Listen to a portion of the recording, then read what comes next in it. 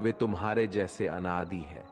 इसलिए जैसे कि तुम अपने पुराने कपड़े बदल कर नए पहनते हो, वैसे ही आत्मा शरीर को छोड़ देती है। हे अर्जुन, तू किसी मरे हुए इंसान को जीवित नहीं कर सकता, क्योंकि जीवन और मृत्यु का नियंत्रण सिर्फ मेरे पास है।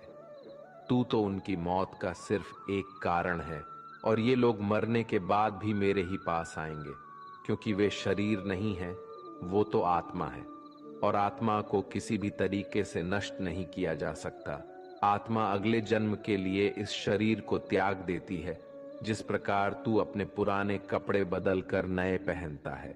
इसी तरह से जैसे कोई कछुआ खुद को खुद में ही समेट लेता है, वैसे ही मनुष्य अपनी इच्छाओं को वश में कर लेता है। जो व्यक्ति या ये जो भटकाव है, ये मेहनत करने वालों को बस आजमाता है। के लिए संसार में कुछ भी प्राप्त करना सरल नहीं होता, क्योंकि हमारा प्रिय मन हमारा साथी होता है, और अगर हम उसके गुलाम बन जाते हैं तो वो हमारा सबसे बड़ा दुश्मन बन जाता है। जो व्यक्ति अपने मन के और संसार के किसी भी विचार या वस्तु से प्रभावित नहीं होता, और जो मित्र, शत्रु, महात्मा, पापी, जीव, जंतु आदि के प्रति समान दया भाव रखता है, वही योग्य की वास्तविक पहचान होती है। इसलिए हे अर्जुन, और जब इस प्रकार का योग भाव आता है, तो किसी भी आशा के बिना, किसी भी डर के बिना अपने मन को मित्र बनाकर उसे मेरे ध्यान में समर्पित होना चाहिए। वो योगी उचित आहार और नींद उतना ही लेता है जितना आवश्यक हो, जो हमारे शारीरिक और मानसिक स्वास्थ्य के लिए महत्वपूर्ण है। इस प्रकार का योगी अपने शब्दों पर सदा स्थिर रहता है, जैसे कि शांत हवा में दीपक की लौ स्थिर होती है। जब जब उसका मन भटके, तब तब उसे वही इच्छा को वश में करके पूरा मन को संयमित करना चाहिए। और जब योगी इस पूरे ध्यान की अवस्था में आ जाता है, तो बड़े से बड़ा दुख भी उसको उसके स्थान से नीचे नहीं गिरा सकता। अर्जुन ने कहा, लेकिन है कृष्णा, ये मन बहुत ही अधीर और चंचल होता है। तो श्री कृष्ण ने जवाब दिया, हाँ, ये सत्य है कि मन को नियंत्रित करना कठिन है, लेकिन ये भी याद रखो कि बार बार आत्मविश्वास और योगाभ्यास से असंभव को भी संभव बनाया जा सकता है। इस तरह से हम अपने मन को वश में करके अपने जीवन को अधिक सफलता की ओर ले जाते हैं। अर्जुन ने पुनः पूछा, है कृष्ण, अगर कोई योगी इस प्रकार से ध्यान में निश्चित रहकर योग करता है, लेकिन अंत में किसी कारणवश उसका मन भटकने लगे, तो क्या उसका सारा प्रयास व्यर्थ हो जाएगा? श्री कृष्ण बोले, नहीं अर्जुन, निरंतर परमात्मा की दिशा में बढ़ना हर आत्मा का अधिकार है। अगर किसी कारणवश वो योगी ध्यान से भटक जाता है, तो भी वो पुण्य पुरुषों के लोक में कई वर्षों तक सुख और आनंद का अनुभव करता है, और वहां पर वो ध्यान भ्रष्ट योगी भी सुख में समय बिताने का अवसर प्राप्त करता है। फिर उस योगी की आत्मा जो ध्यान में भ्रष्ट हो गई थी, वो पुनः उसी पुण्य पुरुष के परिवार में जन्म लेती है, और उस तरह से उसकी आत्मा की यात्रा वहीं से शुरू होती है जहां से उसने पिछले जन्म में समाप्ति की थी। इस तरह वो एक नए रूप में और नए जीवन की ओर बढ़ता है, परमात्मा से मिलन के लिए फिर से प्रयास करता है। अर्थात पिछले जीवन में किया गया योग कभी भी व्यर्थ नहीं जाता। लेकिन एक योगी जो निरंतर प्रयास करता है, वो इसी जीवन में अपने जीवन चक्र से मुक्त होकर परमात्मा में विलीन हो जाता है। एक योगी तपस्या और विद्वानों से भी श्रेष्ठ होता है। इसलिए अर्जुन, तू भी योगी बन, क्योंकि जो सबसे श्रेष्ठ योगी होता है, वो मेरा भी परम प्रिय होता है। दोस्तों, हर व्यक्ति जिसकी आंखों में कुछ बड़ा करने का सपना होता है, उसको अर्जुन की तरह ही एक योगी बनना चाहिए। योगी वो व्यक्ति होता है जो पूरी तरह से भावनाओं के साथ होता है, जो न्यूट्रल रूप से दूसरों के विचारों पर ध्यान नहीं देता और हमेशा अपने लक्ष्य को पूरा करने के लिए मेहनत करता है। लेकिन दोस्तों, जीवन का कोई भी पथ किसी के लिए भी पूरी तरह से पूर्ण नहीं होता, ये बात हमेशा याद रखनी चाहिए। क्या कोई इंसान उसके सपने पूरे होने से पहले ही मर जाता है तो उसकी मेहनत की कीमत किसी काम की नहीं रहती और अपने सपने सपने ही रह जाते हैं? ऐसा क्यों होता है? तो इसका जवाब इसमें छिपा है कि एक बहुत ही गुप्त बात है जिसे भगवान श्री कृष्ण ने इस अध्याय में बताया है कि अगर आप मेहनत कर रहे हैं और आपने बहुत अनुभव जमा लिया है, बहुत सारा ज्ञान प्राप्त कर लिया है, फिर भी आपको अपनी मंजिल नहीं मिल रही है और किसी कारणवश आपको असफलता का सामना करना पड़ रहा है, तो भी आपकी मृत्यु हो जाए या फिर आप सपनों को पूरा करने के लिए बूढ़े हो जाए, तो इस प्रकार के मरने के बाद भी आपके स्वर्ग में आपके कर्मों के अनुसार आनंद मिलेगा। और जब आपके अच्छे कर्मों का बैलेंस खत्म हो जाएगा तो फिर से धरती पर जन्म लेके वापस आएंगे। और जन्म भी ऐसे माहौल या घर में होगा जिसमें आपको पिछले जन्म के ज्ञान का स्तर पाने के लिए मेहनत नहीं करनी होगी, वो तो स्वतः आपको मिल जाएगा। आपको फिर उसके बाद के ज्ञान को पाने के लिए एक पुनः पूरी नई जिंदगी मिल गई होती है। ऐसा मैं नहीं, बल्कि भगवान श्री कृष्ण ने भी योगियों के बारे में इस गीता के 6ठे अध्याय में बताते हुए कहा है। और उन्होंने उन लोगों के लिए भी विशेष बनाया है जो सच में बहुत ज्यादा मेहनत करते हैं। मित्रों, ट्रू लाइफ स्पिरिचुअल ज्ञान पर आप सुन रहे हैं संपूर्ण भगवत गीता का सार। इस परम ज्ञान आपको अच्छी लग रही है तो कमेंट में जय श्री राधे कृष्ण अवश्य लिख दीजिए। और इस वीडियो से आपको कुछ भी सीखने को मिल रहा है तो वीडियो को लाइक करके चैनल को सब्सक्राइब कर लीजिए और बेल नोटिफिकेशन आइकन को ऑल पर सेट कर लीजिए। चलिए आगे बढ़ते हैं। श्रीमद् भगवद गीता अध्याय 7 ज्ञान विज्ञान योग। इस अध्याय में जो भगवान का ज्ञान है, हमें यह बताया गया है कि ईश्वर कैसे संसार को नियंत्रित करते हैं, ईश्वर को कौन से भक्त सबसे अधिक प्रिय होते हैं, इसके बारे में भी ये जानकारी दी गई है। लेकिन ये सवाल हम सबके मन में उठता है कि क्यों इंसान भगवान को नहीं पहचान पाता है। भगवान कृष्ण इस प्रश्न का उत्तर देते हुए कहते हैं कि हे अर्जुन, अब मैं तुझे वो बात बताऊंगा जिन्हें जानकर तू इस संसार में किसी और ज्ञान की तलाश में नहीं भटकेगा।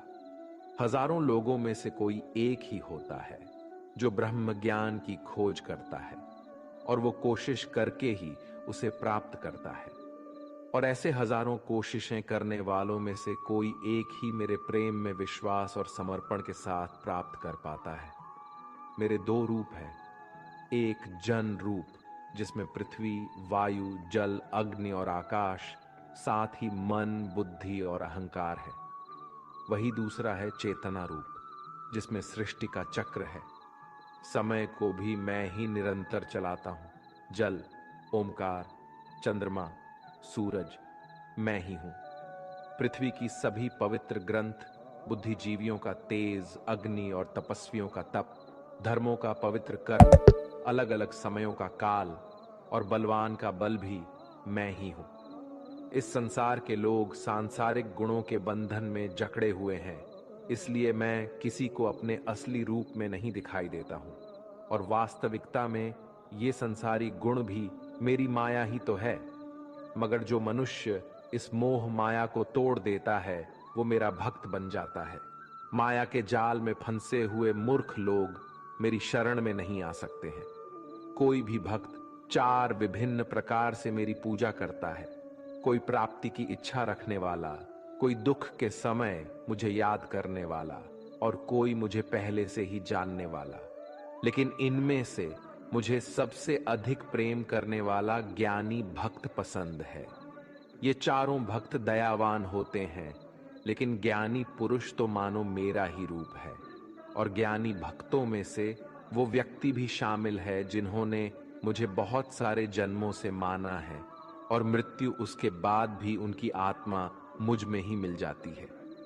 जो भक्त किसी इच्छा की पूर्ति के लिए किसी देवता की पूजा करते हैं उनकी आस्था में मैं वही देवता बना देता हूं और उस भक्त को अंततः वो देवता प्राप्त हो जाते हैं।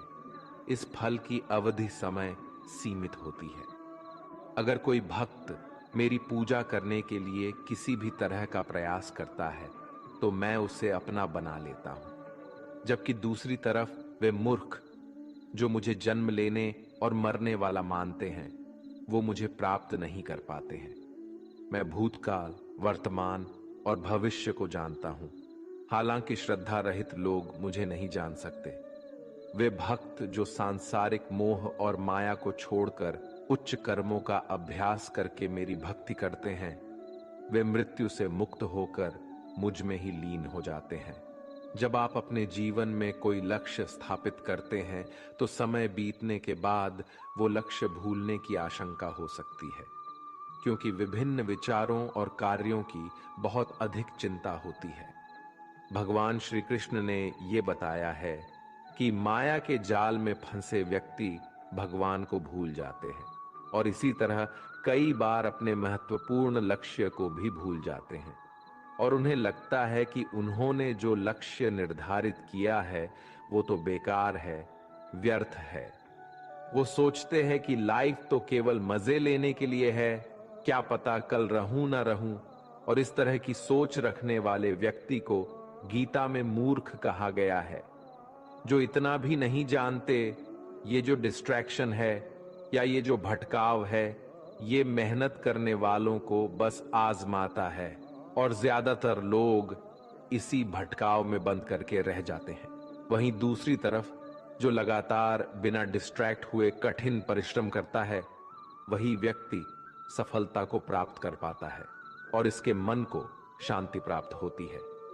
अध्याय 8 अक्षर ब्रह्म योग। इस अध्याय में हम जानेंगे कि भगवान क्या है और उन्हें कैसे प्राप्त किया जा सकता है, देवता क्या होते हैं और इस संसार का कारण क्या है। ये सभी बातें हम इस अध्याय में सीख सकते हैं। अर्जुन ने पूछा, है कृष्णा, परम ब्रह्म क्या होता है? आध्यात्म का स्वरूप क्या होता है? कर्म क्या होता है? यह संसार कैसे चलता है? और देवता कौन होते हैं? इसलिए इस अध्याय में अर्जुन के इन सभी प्रश्नों के उत्तर भगवान श्री कृष्ण द्वारा दिए गए हैं। श्री कृष्ण कहते हैं कि जीवों की वास्तविकता ही अध्यात्म होती है। कर्म हमारे द्वारा पास्ट में किया गया त्याग होता है जिसका परिणाम हमें वर्तमान में मिलता है।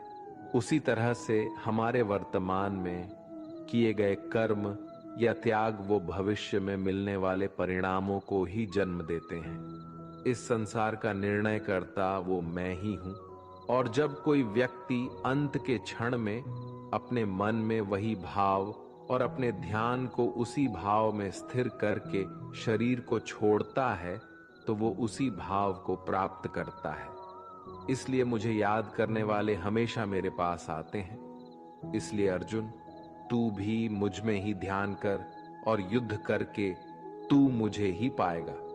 वे लोग मुझे सदैव याद करते हैं, वे सरलता से मेरे पास आते हैं और जो मेरे पास आते हैं उनके जन्म मरण का चक्र समाप्त हो जाता है, उनके सारे दुख हमेशा के लिए खत्म हो जाते हैं। श्रीमद् भगवद गीता के अनुसार सहस्त्र युग अहर यद्ध ब्राह्मणों विदु, अर्थात ब्रह्मा का एक दिन 1000 महायुग के बराबर होता है।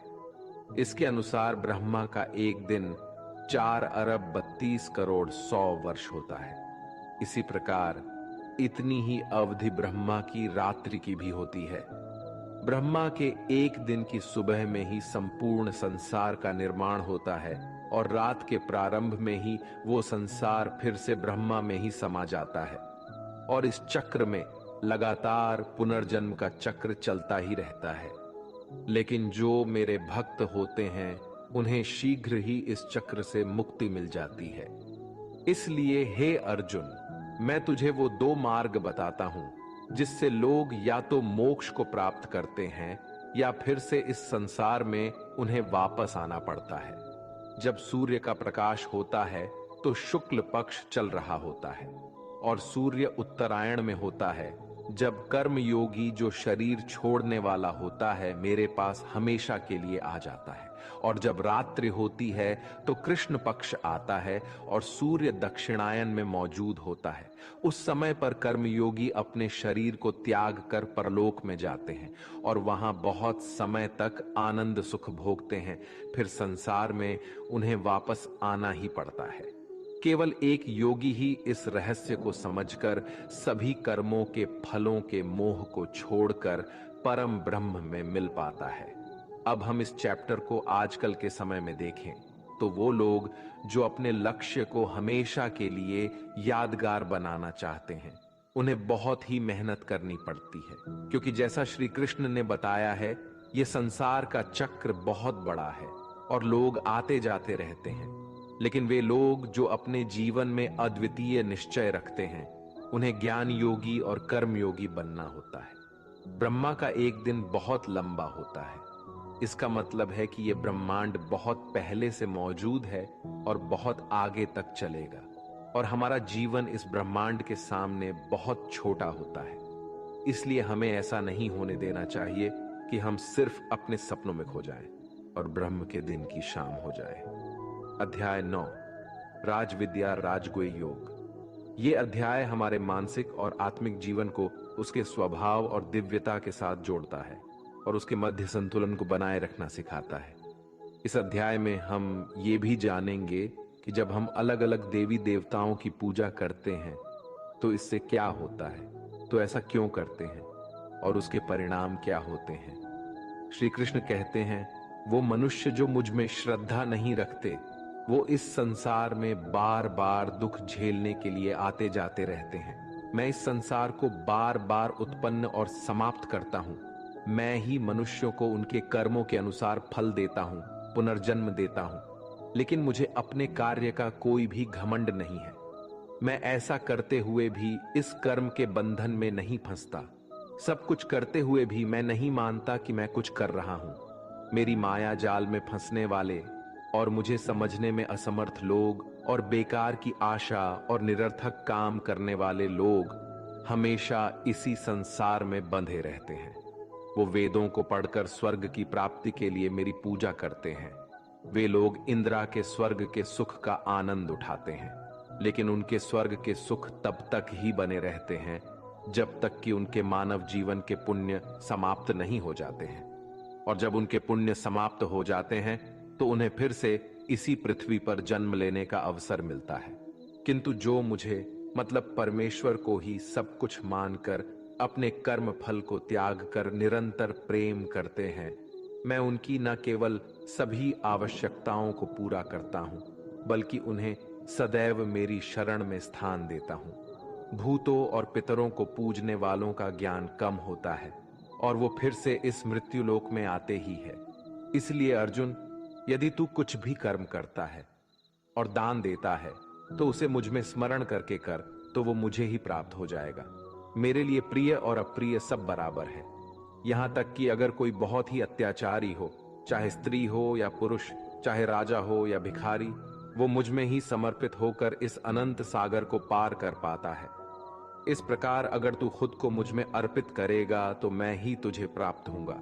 मित्रों, इस अध्याय में श्री कृष्ण कहते हैं कि जो कोई भी भक्त सच्चे मन से किसी ईश्वर में पूजा और आदर उस ईश्वर के प्रति रखता है, तो मैं उसके इस भक्ति को उस ईश्वर से जोड़ देता हूं। अध्याय 10, विभूति योग। ये अध्याय बहुत ही महत्वपूर्ण है, क्योंकि इस अध्याय में भगवान श्री कृष्ण अपने दिव्य रूप की महत्वपूर्ण चर्चा करते हैं और अर्जुन को उनकी महिमा का दर्शन कराते हैं। ये अध्याय हमें ये बताता है कि भगवान कैसे हमारे चारों ओर मौजूद हैं और हमारे जीवन में उनका साक्षात्कार कैसे किया जा सकता है। वैसे तो आपने कई बार सुना है कि भगवान ऐसे हैं, भगवान वैसे है, सभी जगह है, प्रत्येक कण में है। श्री कृष्ण कहते हैं, हे अर्जुन, तू मेरा सच्चा मित्र है और मुझसे प्रेम करता है, इसलिए अब मैं तुझे स्वयं का वास्तविक परिचय देता हूं। मेरे जन्म के बारे में किसी को नहीं पता, लेकिन जो ये जानता है कि मैं कभी नहीं जन्म लेने वाला और कभी भी नहीं मरने वाला हूं, वही सबसे बड़ा ज्ञानी है। ज्ञान और मूर्खता सत्य और झूठ, सुख और दुख, मन और बुद्धि, रचना और नाश, कृति और अपमान सहित सभी भाव वास्तव में मैं ही हूं। इस जगत में जिस किसी ईश्वर की पूजा की जाती है वो असलियत में मैं ही हूं। दोस्तों, इस अध्याय में भगवान ने हमें यह दिखाया है कि वे हमारे जीवन के हर पहलू में मौजूद हैं। वे सबके आदर्श, सूरज, चंद्रमा, वायु, अग्नि, धन, ज्ञान, ब्रह्मा, विष्णु, शिव, इंद्र, गरुड़, यमराज, गणित, गायत्री मंत्र, ऋतु, वसंत, निश्चय, भक्ति, विजय, रणनीति, रहस्य, मौन और अनगिनत अन्य रूपों में प्रकट होते हैं। भगवान ने हमें यह भी बताया है कि उनका अंत नहीं है, वे अनंत हैं, अपार है, वे हमारे सभी पहलू में हैं और उनको पूरी तरह से जान पाना हमारे बस की बात नहीं है। श्री कृष्ण अर्जुन से कहते हैं, हे अर्जुन, मुझे पूरा जानना तेरे लिए किसी काम का नहीं है। बस तू इतना जान ले कि यह संसार मेरे एक छोटे से अंश से ही चलता है, यानी ऐसी कोई जगह नहीं है जहां पर भगवान ना हो। श्री कृष्ण ने यह भी कहा है कि अर्जुन को ना तो ईश्वर को पूरा जानना जरूरी है और ना ही वो कभी उन्हें कंप्लीटली जान पाएंगे। मित्रों, अगर हम इसे अपनी लाइफ में इस तरह से रिलेट करें कि जैसे भगवान ने कहा है कि मैं अनंत हूं और तू उतना ही जान जितना तेरे लिए आवश्यक है, बिल्कुल उसी तरह से आपको भी अपनी लाइफ में उन चीजों में अपने टाइम और एनर्जी वेस्ट नहीं करनी है जो आपके लिए आवश्यक नहीं है, जो आपके कर्म से हट करके है। केवल आपके वास्तविक कर्म से जुड़े चीजों में ही अपना ध्यान लगाए, जिससे सफलता और मानसिक शांति प्राप्त हो सके। अध्याय 11, विश्व रूप दर्शन। इस अध्याय में भगवान श्री कृष्ण अर्जुन को अपने दिव्य रूप का दर्शन कराते हैं। ये दृश्य अर्जुन को भगवान की महानता और अद्भुत रूप का अनुभव कराता है। इसमें भगवान के विराट रूप के बारे में हमें जानने को मिलेगा। अर्जुन श्री कृष्ण से कहते हैं, हे कृष्ण, आपके दिए हुए ज्ञान से मेरे सारे संदेह दूर हो गए हैं, लेकिन अगर संभव हो तो मैं आपका महान रूप देखना चाहता हूं।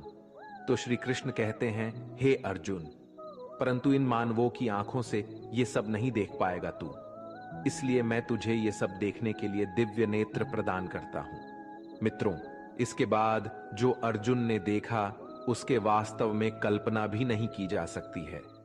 ईश्वर का ना तो कोई आरंभ था और ना ही कोई मध्य और ना ही कोई अंत था। उस रूप से इतना प्रकाश निकल रहा था जितना हजारों सूरज भी मिल जाए तो भी उतना ना निकल पाए। अर्जुन ने कई संसार को श्री कृष्ण में समाहित होते हुए देख पाए। फिर अर्जुन ने हाथ जोड़ते हुए श्री कृष्ण से कहा कि है परमात्मा, मैं आपके शरीर में सभी देवों को, सभी मनुष्यों को देख पा रहा हूं, लेकिन आपके शरीर का तो ना कोई आरंभ दिख रहा है, ना कोई मध्य है और ना ही कोई अंत। आप में हर तरह के अस्त्र शस्त्र है, हर तरह के प्रकाश और सूर्य है। स्वर्ग और धरती के बीच का पूरा आकाश मानो आपसे ही भर गया है। कई देवता के समूह आप में प्रवेश कर रहे हैं तो कई लोग भयभीत होकर हाथ जोड़े खड़े हैं। आपके अनंत हाथ, पैर, पेट, आंखों वाले मोह रूप को देखकर समस्त सृष्टि सहित मैं भी व्याकुल हो रहा हूं। यहां तक कि मैं पांडवों को और कौरवों की पूरी सेना के महान योद्धाओं का अंत होकर आप में जाता हुआ देख पा रहा हूं। आपके ये विकराल रूप इस संपूर्ण ब्रह्मांड को अनंत ऊर्जा दिए जा रहा है कृष्ण, इतने रूपों में आप कौन से हो?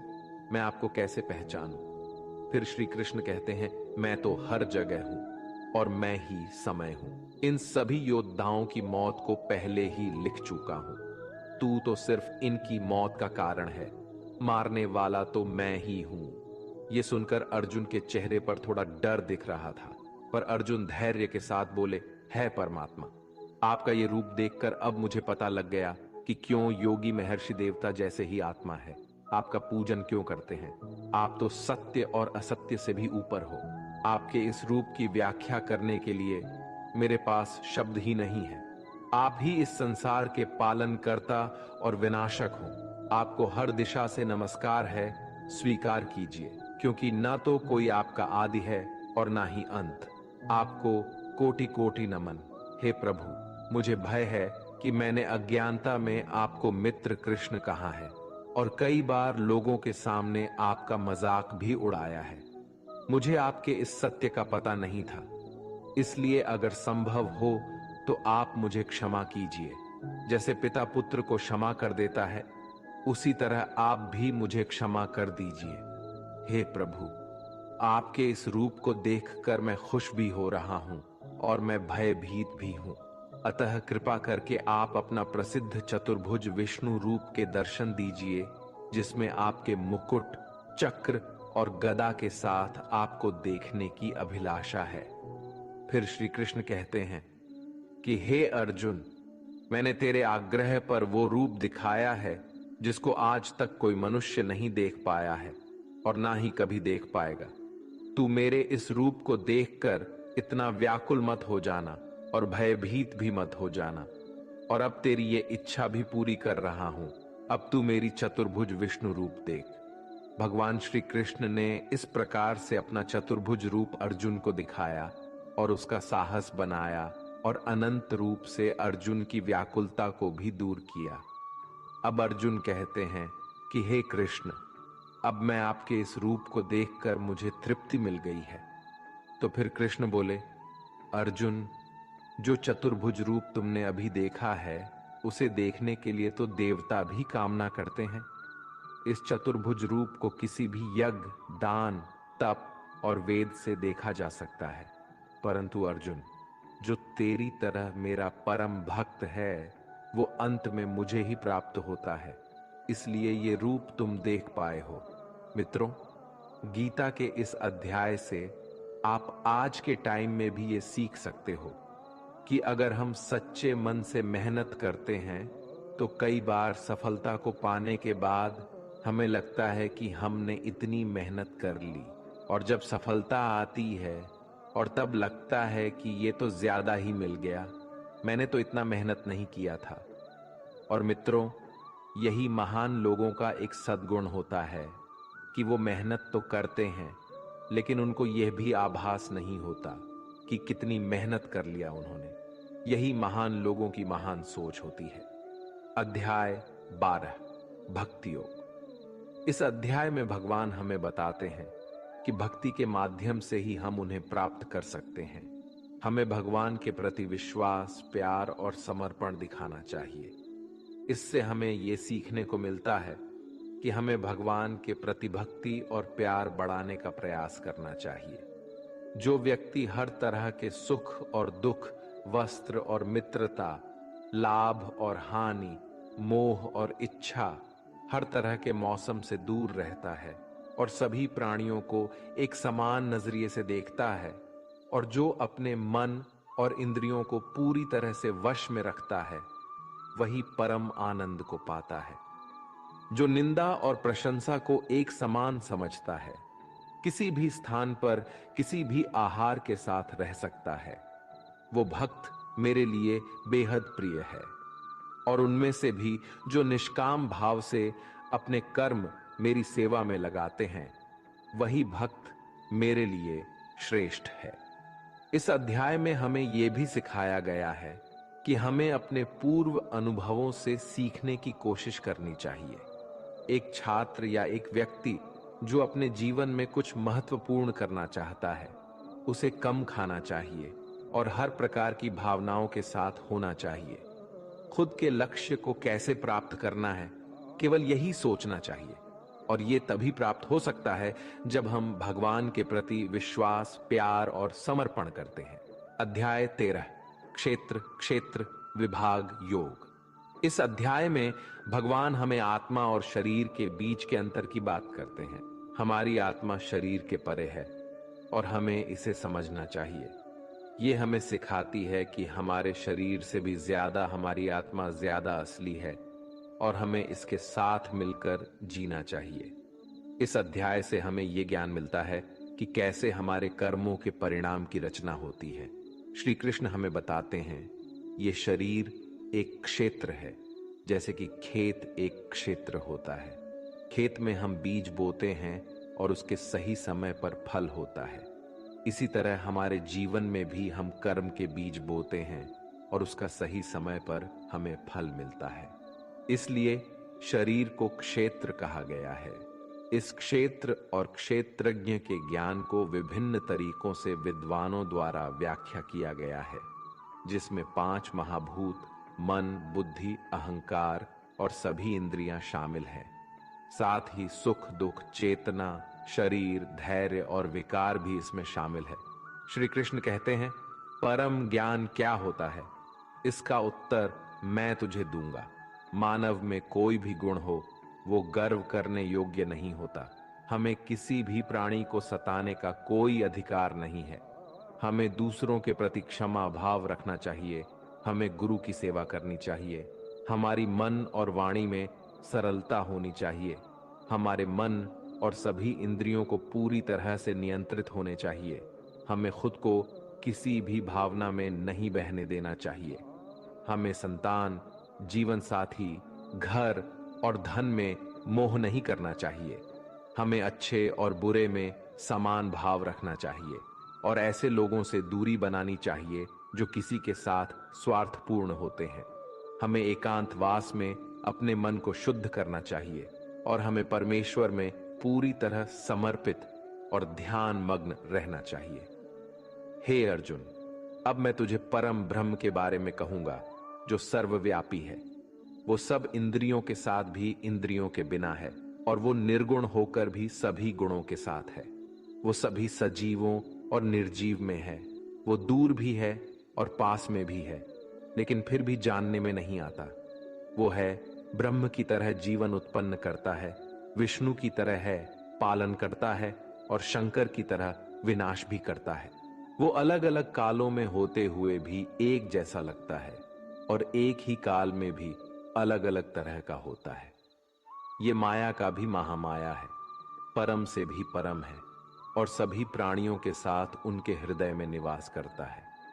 परंतु इसके बाद भी ये जानने योग्य है कि हे अर्जुन, इस प्रकृति और पुरुष का भी कोई आरंभ नहीं है, क्योंकि प्रेम और घृणा और तीनों तरह के गुण, यथार्थ, सतर्ज और तम भी प्रकृति से ही आते हैं। कार्य और कार्यों को करने वाली इंद्रियां भी प्रकृति से ही उत्पन्न होती है। प्रकृति से जन्मा मनुष्य प्रकृति के ही गुणों को भोगता है और इन्हीं गुणों के अनुसार ही उसका जन्म और मरण तय होता है। इस तरह से जो भी मनुष्य पुरुष और प्रकृति के ज्ञान को जानता है, वो कर्म करता हुआ भी मुझे प्राप्त होता है और मुझ परमात्मा को हर मनुष्य अपने अलग अलग तरीके से पाता है। और जो मंदबुद्धि होते हैं, वो तो इस ज्ञान को सुनकर और मेरी प्रकृति को जानकर ही वो भी मृत्युलोक से मुक्त हो जाते हैं। ये अध्याय हमें सिखाता है कि हमारे शरीर के बाहर हमारी आलसी, हमारी असली आत्मा है और हमें उसके साथ मिलकर रहना चाहिए। अध्याय 14 गुणत्रय विभाग योग, अर्थात गुणों का महत्व। इस अध्याय में भगवान गुणों के बारे में बताते हैं, सत्व, रजस और तामस के गुण। श्री कृष्ण कहते हैं, हे अर्जुन, अब मैं तुझे संसार के उन 3 गुणों के बारे में बताऊंगा जो आत्मा को शरीर से बांधते हैं और जिन्हें जानकर कोई भी मनुष्य मुझे पा सकता है। ये 3 गुण हैं, सत्व गुण, रजोगुण और तमोगुण। सत्व गुण सभी गुणों में श्रेष्ठ है और ये ज्ञान और सुख से जुड़ा होता है, कामना और आसक्ति से उत्पन्न होता है, जो कर्म और उसके फल में बनता है। रजोगुण मनुष्य को कर्म करवाता है और उसे अविचलित रहने नहीं देता। ये कामना और आसक्ति से उत्पन्न होता है।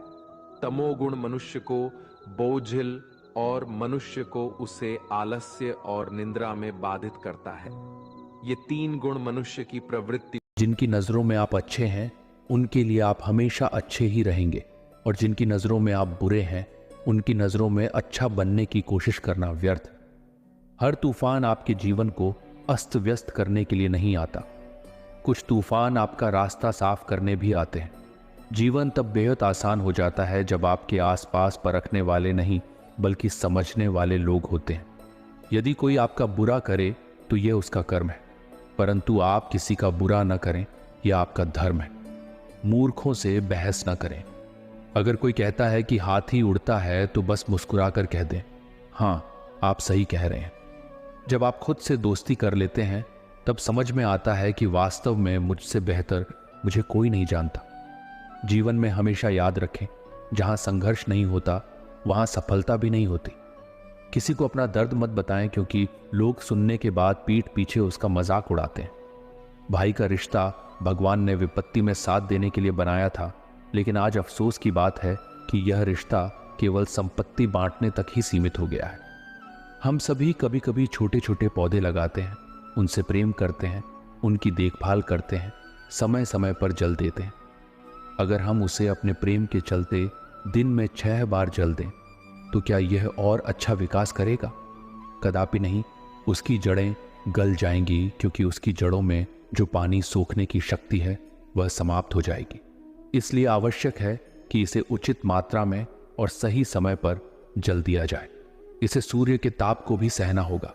हर कार्य का मर्यादा में होना आवश्यक है। यही गलती अक्सर माता पिता कर बैठते हैं। वे अपनी संतान से इतना प्रेम करते हैं कि उसकी हर आवश्यकता पूरी करते हैं, उसे हर वस्तु दे देते हैं, परंतु इसी प्रेम के चलते वे संतान के विकास में बाधा बन जाते हैं। ये जीवन की यात्रा है जिसमें संतान को भी अपने बल पर कार्य करना है, उसे भी जीवन में आगे बढ़ना है और कुछ सीखना है। इसलिए उसे अपनी राह पर चलने दीजिए। जीवन में एक अत्यंत महत्वपूर्ण बात जिसे याद रखना चाहिए, प्रेम और शत्रुता दोनों ही अगर अति हो जाएं तो घातक हो जाते हैं। भगवान श्री कृष्ण ने अर्जुन से कहा, हे अर्जुन, मैं सभी प्राणियों के हृदय में स्थित हूं और सबकी आत्मा भी मैं ही हूं। संपूर्ण जीवों का आदि, मध्य और अंत भी मैं ही हूं। मैं सूर्य की ज्योति हूं, मैं वेदों में सामवेद हूं, देवों में इंद्र हूं, इंद्रियों में मन हूं और सृष्टि का संपूर्ण स्रोत भी मैं ही हूं। मैं ब्रह्मा, विष्णु और महेश भी हूं। जलाशयों में मैं समुद्र हूं, पर्वतों में हिमालय हूं। संसार में जो कुछ भी तुम देखते हो सब में मैं ही व्याप्त हूं। अगर कोई व्यक्ति संसार की तमाम चीजें जान ले, चाहे वह पूरे जगत को जान ले, लेकिन अगर उसने स्वयं को नहीं जाना तो वह अज्ञानी है। यदि कोई तुम्हें ठुकरा दे तो बुरा मत मानना, क्योंकि वे तुम्हारी असली कीमत नहीं जानते। जीवन में जो रिश्ता तुम्हें रुला दे उससे गहरा कोई रिश्ता नहीं होता, और जो रिश्ता तुम्हें रोता हुआ छोड़ दे उससे कमजोर कोई रिश्ता नहीं। हमेशा शांत रहना, इससे तुम्हें अपने जीवन में बहुत शक्ति मिलेगी। जैसे ठंडा लोहा अधिक मजबूत होता है। जब कोई विपत्ति आती है तो व्यक्ति अकेला महसूस करता है, लेकिन वही कठिनाइयाँ उसे भीतर से मजबूत भी बनाती हैं। ध्यान, विनम्रता, बुद्धिमत्ता, साहस और अच्छे कर्म, ये सब तुम्हें हर परिस्थिति में संभालेंगे। सच बोलने की आदत और ईश्वर में विश्वास मन को स्थिर रखते हैं। हे अर्जुन, जो व्यक्ति न कभी अत्यधिक प्रसन्न होता है, न किसी से द्वेष करता है, न शोक करता है और न इच्छाओं में उलझता है, जो शुभ और अशुभ कर्मों को छोड़कर निष्काम कर्म करता है, वही सच्चा ज्ञानी होता है और मुझे अति प्रिय होता है। मुझे प्राप्त करने के 3 मार्ग हैं, ध्यान योग, ज्ञान योग और कर्म योग। इनमें से कर्म योग सबसे महत्वपूर्ण है, क्योंकि कर्म करना ही जीवन का मूल उद्देश्य है। किसी पर विश्वास करने से पहले उनकी बातों से अधिक उनके कर्मों पर ध्यान देना चाहिए। गुस्से के वक्त थोड़ी देर रुक जाने से और गलती के समय थोड़ा झुक जाने से जीवन बहुत आसान हो जाती है। ब्रह्मांड की सारी शक्तियां पहले से ही हमारे अंदर होती हैं, परंतु हम ही अपनी आंखों पर हाथ रख लेते हैं और फिर अंधकार की शिकायत करते हैं। हम ये भूल जाते हैं कि अंधकार को दूर करने के लिए सिर्फ हमें अपनी आंखें खोलनी है। यदि हम उन बातों और परिस्थितियों की चिंता में उलझे रहते हैं जो हमारे नियंत्रण में नहीं है, तो हम समय भी बर्बाद करते हैं और भविष्य में पछताने के लिए खुद को तैयार करते हैं। हमेशा भलाई करते रहो, जैसे बहता पानी। जिस तरह बहते पानी में कचरा अपने आप साफ हो जाता है, वैसे ही आपकी अच्छाइयाँ आपके जीवन से नकारात्मकता को बहा देंगी। दूसरों के काम आना जीवन का असली मकसद है, क्योंकि कुदरत का एक नियम है कि जिस कुएं से लोग पानी पीते हैं वह कभी सूखता नहीं। श्री कृष्ण कहते हैं कि हर परिस्थिति में तुम्हारा कर्तव्य ही तुम्हारा धर्म है। आपका कर्म ही आपकी पहचान है, अन्यथा एक ही नाम के हजारों लोग होते हैं। जीवन में ऐसे लोगों को चुनो जिनका दिल चेहरे से ज्यादा खूबसूरत हो। पैर की चोट हमें संभल कर चलना सिखाती है, और मन की चोट समझदारी से जीना सिखाती है। सुख और दुख जीवन के हिस्से हैं, इनके बिना इंसान ये नहीं समझ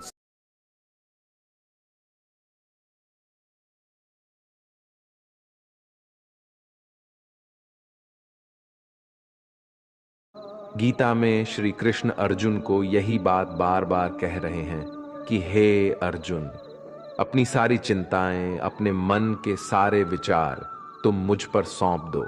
अपने मन को हल्का कर दो, क्योंकि चिंता करके तुम सिर्फ दुख प्राप्त कर रहे हो। कभी देखा है किसी ने कि चिंता करके किसी इंसान को खुशी मिली हो, या चिंता करके किसी इंसान को अपनी समस्या का समाधान मिला हो? अगर गहराई से देखा जाए तो चिंता एक मानसिक बीमारी है। चिंता वही इंसान करता है जो कर्म में नहीं लगता, जो कर्म में ना लगकर विचारों में लग जाता है। जो व्यक्ति कर्म में लगा रहेगा उसे चिंता करने का समय ही नहीं मिलेगा, और जो व्यक्ति कर्म का त्याग कर देगा वो अपने खाली समय में चिंता ही करता रहेगा। तो अपने आप को कर्म में लगाओ। जैसे ही श्री कृष्ण ने अर्जुन को उसका कर्म याद दिलाया कि तुम्हें अपना कर्म करना है, ये सब सोचना विचार करना तुम्हारा धर्म नहीं है। तुम क्षत्रिय हो और तुम्हारा कर्म क्या है? अधर्मियों का नाश करना, जो अन्याय करते हैं, जो अत्याचार करते हैं, उनको नष्ट करना, ना कि फालतू की बातों को सोचना। वो तुम्हारा काम नहीं है। तुम दुनिया के भगवान